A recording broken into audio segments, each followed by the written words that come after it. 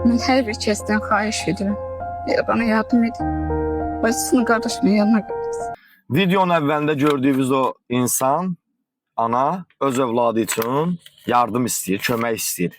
Yəni bunu istəyir. Başqa heç nə istəmir. Onun istədiyi budur.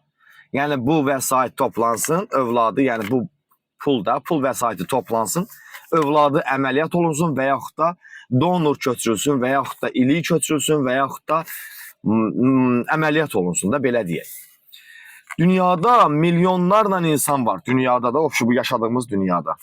Bizim nə qədər yer üzündə xəstə insanlarımız olar? 100 min, 150 min, 200 min, lap 1 milyon. 1 milyon əgər xəstə insan varsa, börəkdən, ciyərdən, nə bilim, əziyyət çəkən, xəstəlikdən əziyyət çəkən insan varsa, həkimlər hamısı bununla baxır. Yəni kağız kimi baxır da insanlara. O həkimin, o xəstəxananın rəhbərləri ki var, hansı ki o müəssisəni yaradırlar da, o belə deyək, bir dənə böyük bir xəstəxana açırlar. Orada hər bir şey var da, hər bir müalicələr var, əməliyyatı var, donor köçürməsi var, ürək, böyrək, ciyər, dalaq, malaq, hamısı var. Misal üçün, Allah uzaq eləsin, mənim elə bir xəstəliyim var içimdə. Ciyərim və yaxud da xarabdır, böyrəyim xarabdır. 150 min, 200 min pul istəyir həkim məndən. O donoru almağa, bu, hamısı pul. Farşi bir pul deyə bu, yazılıb üstündə etibarsız, baxa bilərsiniz. Bu kağızdır, baba, bu kağıza görə, baxın, bu kağıza görə insan həyatı bugün günləri mücadilə aparır. Xəstələrdən ənəxsus söhbət gedir.